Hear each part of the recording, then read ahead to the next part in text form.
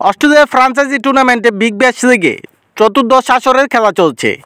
টুর্নামেন্টের 38তম ম্যাচে অবাক করা ঘটনা ঘটেছে দুই দফায়। ওভারের মাঝপথেই দুজন বোলারকে থামিয়ে তাদের বোলিং বাতিল করে দিয়েছেন আম্পায়ার। পরে সেই দুই ওভার সম্পন্ন করেছেন তাদের দলের আরেক ক্রিকেটার। তবে ক্রিকেটীয় নীতিমালা মেনেই তাদের বোলিং বাতিল করা হয়েছে। মেলবোর্নে আজ দিনের প্রথম ম্যাচে মুখোমুখি হয় স্বাগতিক মেলবোর্ন রেনেগেডস এবং ব্রিসবেন হিট। ম্যাচের প্রথম ইনিংসে ঘটেছে দুজন বোলারের ওভার বাতিলের ঘটনা। প্রথমটি ছিল ব্রিসবেন হিটের ইনিংসে 12তম ওভারে।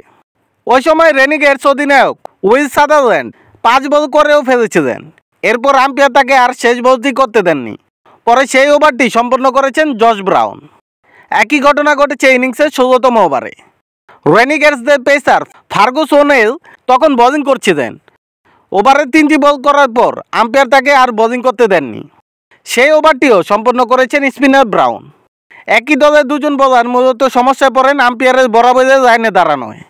সাদারল্যান্ড ও ও'নেল বল ডেলিভারির পর আম্পায়ারের সোজাসুজি ডেঞ্জার জোনে অবস্থান করায় এই শাস্তি পেয়েছেন।